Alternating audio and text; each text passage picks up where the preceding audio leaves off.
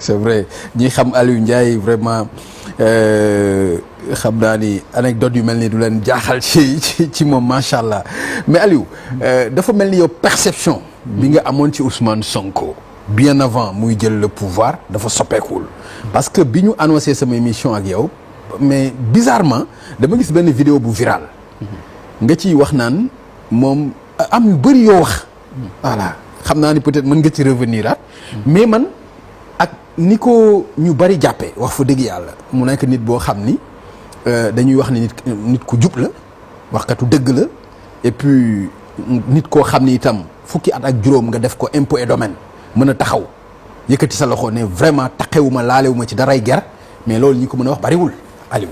waaw mais yow nit boobu nag da nga ko bëgg a indil da nga ko bëgg a wan nit ñi ci beneen nit. ci beneen non Ousmane Sonko c'est un habile politicien.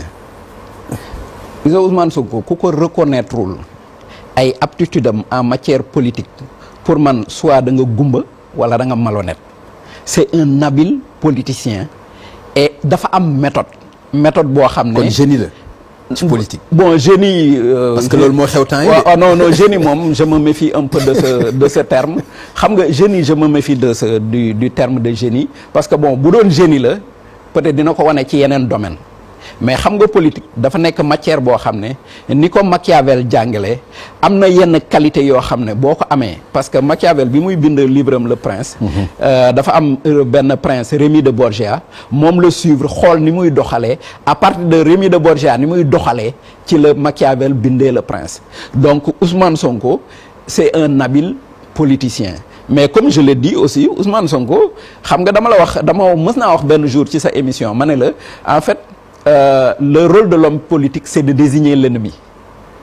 Ousmane Sonko il a su très tôt désigner l'ennemi, désigner des ennemis, le système, Macky Sall, la France naa nga wax naa et ces trucs là en général ça marche mais bu nit ñi toogoon jël seen temps seetantal discuter aussi li ñuy wax peut-être que dinañ gisee neneen damay jël rek pour répondre ci exemple bi nga jël nii nga ne Ousmane Sonko def na 15 ans aux impôts et domaines. non loolu moom waxuma ko ñëpp ko wax. waaw kenn mësu ko jàpp ci guerre. nga baal ma Pam Ngañ mais mbiru guerre mbir la boo xam ne ñaari nit ñoo koy seq ci néeg.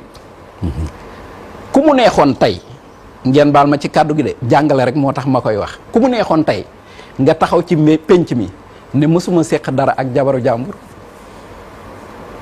ban jabaru jàmbur mooy ñëw wax ne du dëgg. waaw loolu dëgg la moom. kuy ñëw c'est la même chose. mais man li ma jaaxal mooy yow sa perception ci moom préjugé yi nga mës a am ci moom dafay gën di confirmer wu loolu ngay gën di gëm parce que comme ni ma la ko waxee ci sa vidéo bële da nga doon démontrer par exemple dañ la wax ni la ibaadu la nga ni waa léegi am na sëriñ ak am na noo ko expliquer quand même Aliou. waaw non dama doon wane rek. ne depuis le départ am na benn différence bu am entre moom li muy wax ak li muy jëf entre ni muy waxee ak ni muy jëfee dama joxe woon l'exemple par exemple de la transparence xam nga moom dafa mës a woote transparence mës a woote ne en fait nit boo yoree ay alal wala benn alal boo xam ne ay mbooloo ñoo ko moom da nga am devoir de rendre compte da nga am devoir de transparence ma ne man jaaxal na ma ci kuy wax loolu koo xam ne depuis des années nit ñi ngi cotiser di la jox te loolu ñuy cotiser di la jox mësoo toog ne li ñu cotiser jox ma ko nangam la nangam bi lii laa ci def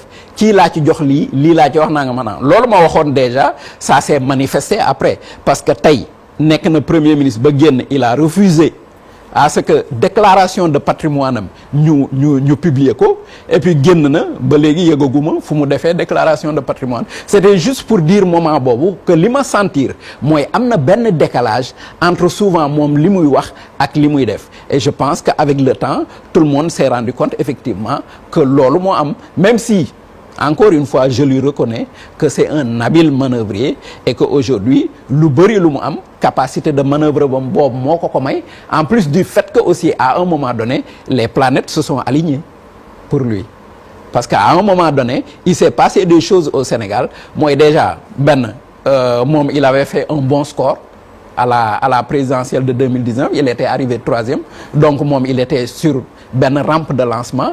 Ensuite il y a eu le fait que Macky Sall a écarté tous les caciques de son parti tous les gens qui pouvaient lui succéder parce que moment boobu moom mi ngi doon carte aussi troisième mandat après. Il y a eu le Covid après il y a eu l'affaire Adji Sarr et je pense que lu bëri lu mu am affaire Adji Sarr moo ko may.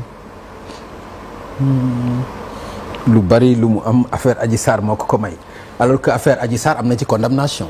Oui bien sûr mais xam nga sénégalais Pape bëgguñu injustice et encore une fois je t'ai dit dans l'espace public c'est pas la réalité qui est importante c'est la perception que les gens ont de la réalité qui est importante.